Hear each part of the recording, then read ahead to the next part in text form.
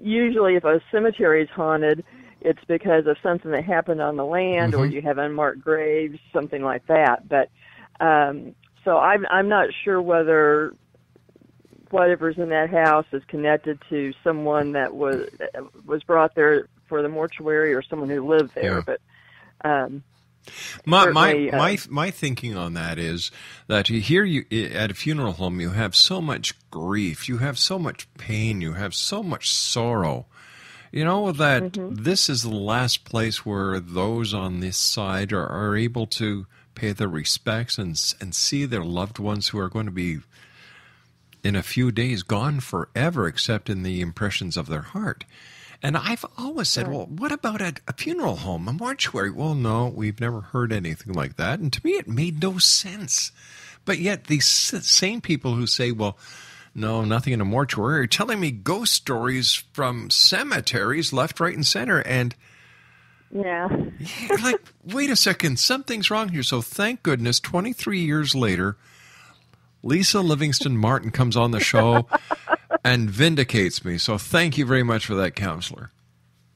Well, you're welcome. You're welcome. And I've thought about it over the years, and my thought is it's probably someone that has another connection to the house, and that happened to be a coincidence. But hey, I'll take that coincidence. I'll take that coincidence. Yep. I will too, and it's what propelled me to really say I want to find out more. So I have to thank whoever that spirit is for doing that. So.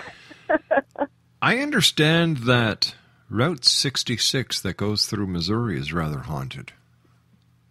Yes, it is. In fact, the Kendrick place that I was talking about sits on Old 66. I've covered some spots on 66 in multiple books, and I have one of my books is Missouri's Wicked Route 66 and Gangsters and Outlaws on the Mother Road, but it does have some paranormal stories in it as well.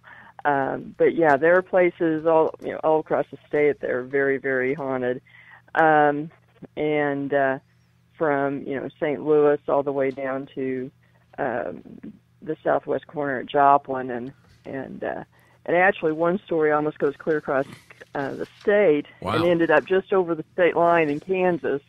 A family in the 1890s, the Staffelbats, they were originally from the Detroit area, ended up in St. Louis, and then just kind of migrated along what eventually was called Route 66. And over time, various family members got into different criminal pursuits, and by the time they got to southwest Missouri, engaged in murder for profit. And as things got a little heated with the police, they jumped the Kansas line by about a quarter mile and ran a bordello where in the mining fields, where they figured out they could make more money by robbing the miners than by prostitutes and liquor. So they ended up being tried and convicted on one murder, but they found body parts of at least 12 people, and the authorities estimated up to 50 victims. So there's definitely some haunted places. I certainly sounds like there should be. In your opinion, what is a ghost? Oh, well, I think that there's different possibilities. I do think that a lot of hauntings and paranormal activity is more residual, that is somehow energy imprinted or replaying through whatever mechanism. But there definitely are intelligent or interactive hauntings, as we say. But I think that there definitely seems to be a human connection because you get so much evidence that is specific. Now, whether or not that's a ghost in the traditional sense, or somehow we are plugging into 2 points in time, because there are some places that we have been at a lot that we've noticed that activity seems to center on, say, an early part of the history of that location, and then over time seems to almost proceed further in time and then eventually loop back around. So I'm not sure if somehow, it is time-space, some sort of interconnection that literally we are glimpsing another spot in time, or whether it is spirit in the sense of a ghost. I'm not sure. Well, I agree with you 100% because around this planet of ours is the electromagnetic field. And in the early days of broadcasting, we used everything on tape. And to erase the tape, we would take an electromagnetic field opposite to the same field that would put the imprint of the voice on the tape. And that's the basis of the old videotapes, for goodness sake. So there's a lot to be said about the imprint that a person, because you've got the aura, which is light, which is energy, which can actually put an imprint on the electromagnetic field. You and I have to take a commercial break with the news, my friend. Please stand by. Great having you with us tonight, Lisa. Exonation. Lisa Livingston Martin is our special guest, and we're talking about hauntings, ghosts, things that go bump in the night. Are you a skeptic or are you a believer? Well, I'll leave that up to you.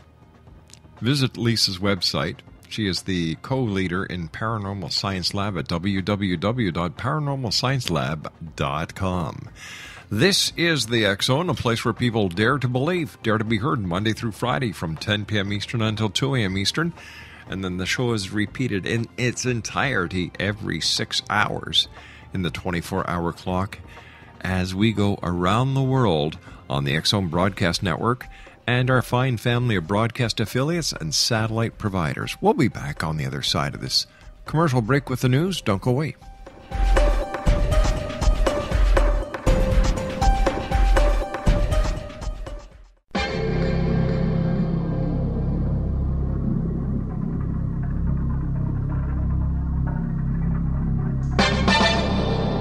Hi, this is Rob McConnell, just letting you know that the X Chronicles newspaper is now available online at www.xzonebookclub.com. All past editions and current editions of the X Chronicles newspaper are available for 99 cents. That's www.xzonebookclub.com, and that's 99 cents U.S. per edition. And don't forget, the X Zone store is now open as well for all of your X Zone Nation merchandise. www.thexzonestore.com.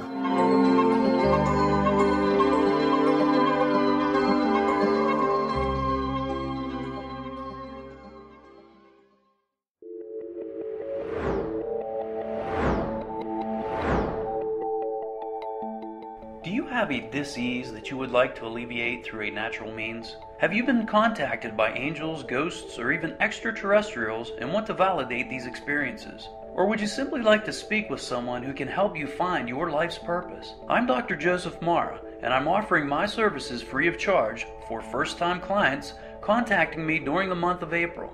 These free consultations include angel card readings, guided meditations, life coaching, and energy healing.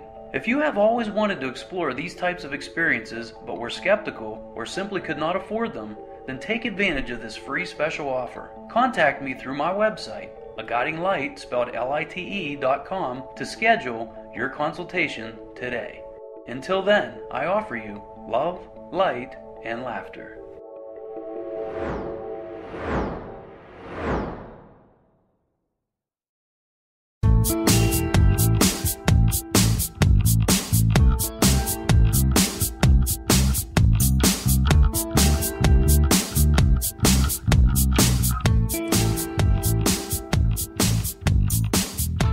Welcome back, everyone. Lisa Livingston Martin is my special guest. She is the co-team leader in Paranormal Science Lab. Their website is www.paranormalsciencelab.com.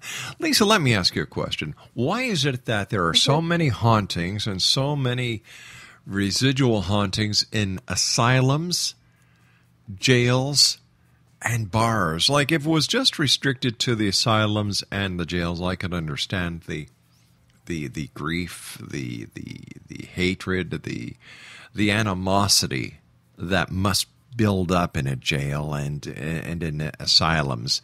But when you throw in the restaurants, the bars, and the pubs, that kind of shoots that theory down the drain. Well, I don't know. I think that wherever there's been a lot of emotion expended, happy, sad, angry, despondent, whatever, you get that. And I think also with bars, restaurants, hotels, you get a lot of people who that was their escape. That's where they went to forget their troubles, and so they were happy there. A lot of hotels, for instance, are haunted because they're common places for people to commit suicide. Ooh. Because they'll go check in and commit suicide. I never thought of that. So I think wherever there was a connection for someone, and so if the bar that they went to every Friday night made them happy, that may be where they visit. Plus, those are still places that end up with quite a bit of violence at times too.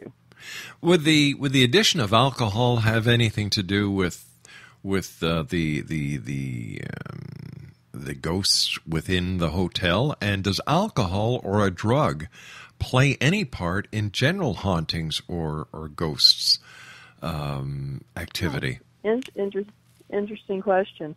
Actually, I think it could, simply for the fact that it for a lot of people it accentuates emotions, right? And particularly depending on drug use, but alcohol as well. That it heightens their sense of experience, and so particularly for residual activity, I think it probably would, almost as an amplifier. During your investigations, have you found that there are more and more children that are having the paranormal experiences, or are adults having more and more paranormal experiences?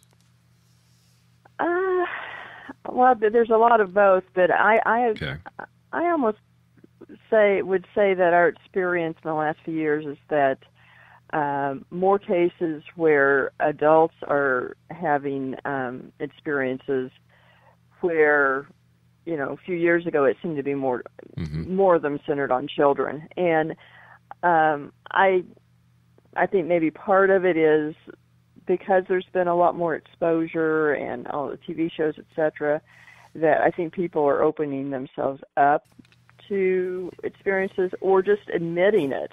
I have to admit that whenever I go out and other team members are the same way, and I have a team shirt on, you almost turn it into a counselor. I've been stopped in the grocery store, at gas stations, restaurants, all kinds of places by people just wanting to tell me their story. I lived in this house, or I was at such and such place and this happened, and it's as if it's like, oh, I know I can tell you and you're not going to tell me I'm crazy. Exactly. And so I think because there's more openness about the subject, that more adults are telling their story because they're less likely, or more of them feel like they can do it without being completely ridiculed.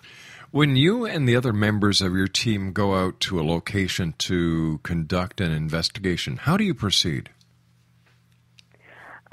We now, as far as particularly if you're dealing with a private residence, we'll go out ahead of time. Usually, two of us. We interview the people, usually for at least a couple of hours. Get a good sense of what's going on. We delve into their situations and factors that may be affecting their claims, whether it be illness or medication or life experiences. We'll examine the property for obvious causes, those kind of things. And then when we do it, we kind of take it slow to make sure this is something that